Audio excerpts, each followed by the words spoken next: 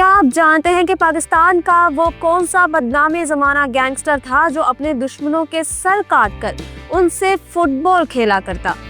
भारतीय फिल्म पुष्पा का असल किरदार वीरापन अपने जमाने का कितना खतरनाक डाकू था कि जिसे 3 स्टेट की पुलिस मिलकर भी ना ढूंढ पाई।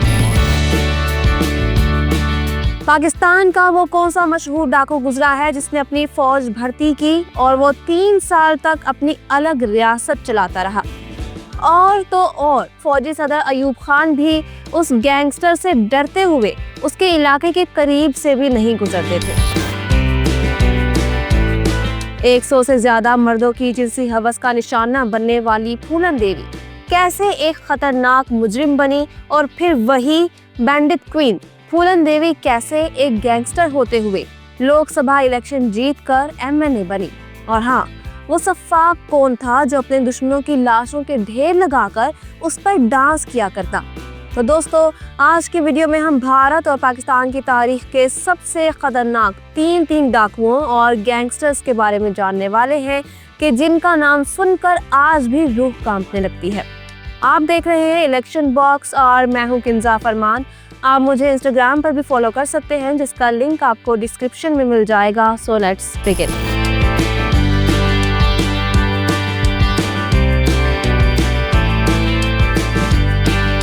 सबसे पहले हम भारत की तारीख के 3 खतरनाक गैंगस्टर्स को जानते हैं और इस लिस्ट में पहला नाम है वीरापन का। वीरापन भारत की क्राइम हिस्ट्री का ऐसा नाम है जो मरने के बाद भी खौफ की अलामत है। इंडिया के सबसे बड़े बदमाश और गैंगस्टर वीरापन ने सिर्फ 10 साल की उम्र में हाथी और फिर 17 साल की उम्र में अपने एक दुश्मन को मार डाला था। उसने अपनी जवानी में स्मगलिंग की दुनिया में कदम रखा और वो संदल की लकड़ी और फिर हाथी दांत के गैर कानूनी धंधे करने लगा। दोस्तों, आपने साउथ इंडिया की मशहूर फिल्म पुष्पा तो लाजमी देखी होगी। इस मूवी में पुष्पा का करैक्टर और स्क्रीन प्ले किसी हद तक वीरापन से इंस्पायर्ड है। पुष्पा फिल्म का हीरो भी सैंडलवुड, जिसे संदल की लकड़ी या फिर लाल चंदन कहा जाता है, कि स्मगलिंग से माला माल हो जाता है। एक रिपोर्ट के मुताबिक अपनी बड़ी बड़ी मूंछों से पहचाने जाने वाले वीरापन ने 200 हाथियों को मारकर $206 मिलियन के हाथी दांत स्मगल किए। अपने दौर का सफाक तरीन डाकू कहलाया जाने वाला वीरापन कई सालों तक मगरबी घाट के जंगलात में एक दहशत की अलामत बना रहा।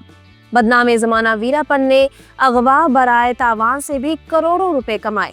उसने साउथ फिल्मों के एक मशहूर एक्टर राजकुमार को अगवा किया और उसके तावान के तौर पर 30 करोड़ रुपए लिए। वीरापन सरकार के लिए इतना खतरा बन चुका था कि 90 की दहाई के आगाज में तमिलनाडु और कर्नाटक की रियासतों ने वीरापन से निपटने के लिए एक स्पेशल टास्क फोर्स बनाई। वीरापन कई सालों तक कानून नाफिज करने वाले अदारों की गिरफ्त से बचता रहा। बिलाखिर साल 2004 में वो तमिलनाडु के जंगलात में एक पुलिस मुकाबले में मार डाला गया। एक अंदाजे के मुताबिक वीरापन ने 184 लोगों को मौत के घाट उतारा, जिनमें ज्यादातर महकमा जंगलात के अफसरान और पुलिस एहलकार शामिल थे। बैंडिट क्वीन कहलाई जाने वाली फूलन देवी इंडिया की तारीख की वो इकलौती खातून गैंगस्टर थी जो 11 सालों तक जेल की सलाखों के पीछे कैद रही, हालांकि उस पर एक भी मुकदमा नहीं था। फूलन देवी का जन्म उत्तर प्रदेश के एक दूर अफ्तादा गांव में गरीब मलाह खानदान में हुआ। निचली जात से ताल्लुक रखने वाली फूलन देवी अभी 11 साल की थी कि उसे घर वालों ने 40 साल के एक शख्स को बेच दिया। बताया जाता है कि उस शख्स ने फूलन देवी को खरीदने के एवज उसके घर वालों को एक गाय और एक साइकिल दी थी। शोहर से अलैदगी के बाद फूलन देवी अपने इलाके के बाअसर ठाकुरों के हत्थे चढ़ गई। फूलन देवी को एक मौका पर पुलिस वालों ने भी इज्तिमाई ज्यादती का निशाना बनाया था। जल्द ही फूलन देवी ने एक गैंग को ज्वाइन कर लिया। यहाँ फूलन देवी ने विक्रम मलाह नाम के एक डाकू से दोस्ती की और उसके साथ मिलकर गैंग के लीडर को मौत के घाट उतार दिया, जिसके बाद विक्रम और फूलन देवी खुद इस गैंग के मालिक बन बैठे। 1981 में 14 फरवरी वाले दिन फूलन देवी ने ठाकुरों को उनके हवेलियों से घसीट कर बाहर निकाला और एक एक करके 22 ठाकुर मार डाले। बताया जाता है कि वो अमीरों से लूट कर गरीबों में बांटा करती। वो खाकी जीन पहनती और मेगाफोन से गांव वालों पर हुक्म चलाती। गांव के गरीब लोग फूलन देवी से बहुत प्यार करते थे और वो उसे काली देवी का दूसरा जन्म कहा करते। फूलन देवी पुलिस के लिए किसी चैलेंज से कम न थी। एक मौका पर इंदिरा गांधी ने हुकाम को ये इख्तियार दिया कि अगर फूलन देवी को गिरफ्तार नहीं कर सकते तो उससे कोई डील ही कर लो। बरस सा बरस जेलों में रहने वाली फूलन देवी साल 1999 में समाजवादी पार्टी के टिकट पर मिर्जापुर के हलके से इलेक्शन दंगल में उतरी। फूलन देवी ने सबको सरप्राइज करते हुए इस इलेक्शन को जीता और वो सिर्फ 35 वर्ष की उम्र में मेंबर ऑफ पार्लियामेंट बनकर दिल्ली तक पहुंची। हम लोग जानते हैं कि 20 ममालिक ने उसे नोबेल प्राइज के लिए नॉमिनेट किया और फिर 25 जुलाई 2001 को फूलन देवी को दिल्ली में उसके घर के सामने गोलियों से भून डाला गया। अम्मी जान कहती थी कोई धंधा छोटा नहीं होता और धंधे से बड़ा कोई धर्म नहीं होता। दोस्तों, आपने शाहरुख खान की रईस फिल्म का ये डायलॉग तो जरूर सुना होगा। ये फिल्म भारतीय रियासत गुजरात के गैंगस्टर अब्दुल लतीफ खान की जिंदगी पर बनाई गई है, जो एक मुस्लिम अक्सरियती इलाके में गरीबों का मसीहा भी समझा जाता था। 80 की दहाई में गुजरात पर पूरी तरह से लतीफ खान का कब्जा था।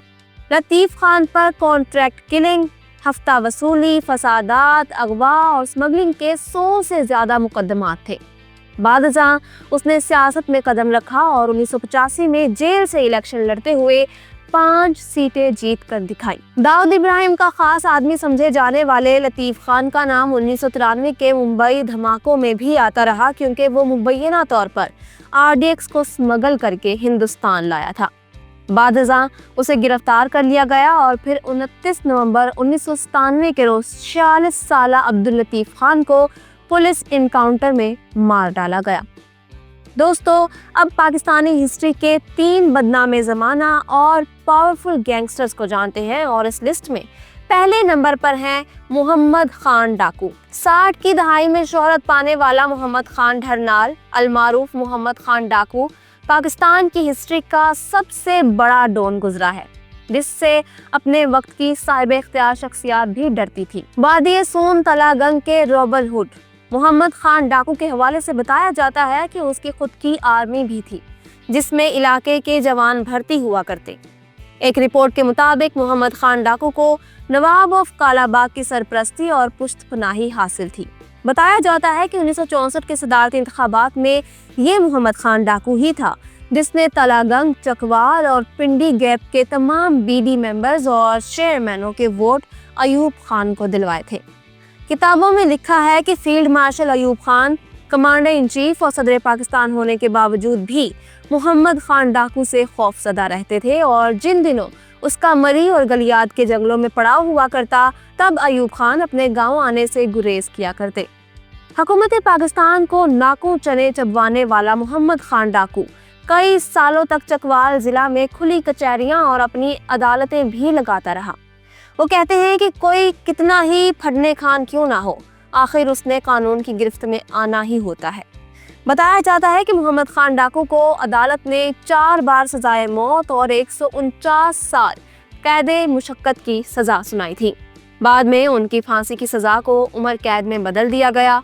मोहम्मद खान डाकू को 22 वर्ष की सजा काटने के बाद बेनज़ीर भुट्टो के पहले दौरे हुकूमत में जेल से रिहाई का परवाना मिला और वो 1995 में अपनी कुदरती मौत पाकर इस दारे फानी से रुखसत हुआ। चिराग बाली एक ऐसा नाम जो किसी के लिए मसीहा तो किसी के लिए गैंगस्टर था। 1956 से 1962 तक का दौर बाली के उरूज का दौर था। चिराग बाली की शोहरत का अंदाजा आप यूं लगा लें कि उस जमाने में कोई बंदा चौक चौराहे पर बदमाशी करने लगता तो लोग कहते खलो जा एड्डा तो चिराग बाली। बताया जाता है कि चिराग बाली का एक किरदार डकैत का था तो दूसरा वो गरीब परवर और मजलूम तबके का मददगार था। उसने कभी किसी गरीब के घर डकैती नहीं की थी। खौफ इतना था कि हुकूमत के बड़े बड़े नाम भी चिराग बाली का नाम सुनकर लरज़ जाते। वो कभी मलिका बरतानिया की सिक्योरिटी टीम का हिस्सा भी रहा था, लेकिन बाद में उसने ये मुलाजमत छोड़ दी। बताया जाता है कि चिराग बाली मियांवारी जेल में कैद था, जहां नवाब अकबर बुगटी की उनसे पहली बार मुलाकात हुई। नवाब साहब ने उसकी दलेरी के किस्से सुन रखे थे। दोनों अच्छे दोस्त बन गए। चिराग बाली ने नवाब अकबर बुगटी से दरख्वास्त की कि उसका एक ही बेटा जिंदा बचा है, मेहरबानी करके आप उसे पनाह दे और अपने साथ डेरा बुगटी ले जाएं। चंद रोज बाद नवाब अकबर बुगटी को रिहाई मिली और वो चिराग बाली के कमसन बेटे जफर को डेरा बुगटी में अपने घर ले आए। नवाब साहब जफर की अपने बेटों की तरह परवरिश करने लगे। चिराग बाली को 1973 में पुलिस मुकाबले में मार दिया गया तो ये खबर भी नवाब अकबर बुगटी ने जफर के जवान होने तक उससे छुपाई।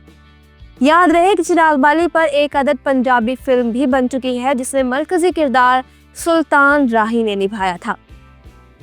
पीपल्स अमन कमेटी और लियारी गैंग वार का बदनामी ज़माना गैंगस्टर उज़ैर जान बलोच चंद साल पहले पाकिस्तान से ईरान फरार हो गया था, लेकिन वो इस वक्त हसास इदारों की कस्टडी में है। बताया जाता है कि वो पुलिस में भर्ती होना चाहता था। यहाँ उसने टेस्ट दिया और निशानाबाजी में टॉप भी किया, मगर सिंध के करप्ट सिस्टम ने उसके लिए कुछ और फैसला कर रखा था। 2003 में उसके वालिद फैज मोहम्मद बलोच उर्फ फैजू मामा को अरशद पप्पू गैंग ने अगवा कर लिया और भत्ता मांगा। जब उज़ैर बलोच भत्ता ना दे पाया तो उसके बाप को अजियतें दे देकर कत्ल कर दिया गया। उज़ैर बलोच बदले की आग में जलने लगा। पहले उसने कोर्ट कचहरी के चक्कर लगाए, इंसाफ ना मिला तो उसने खुद का गैंग बना लिया। 6 साल तक लड़ाई लड़ने के बाद 2009 में उसने अरशद पप्पू और उसके भाई को पकड़ लिया।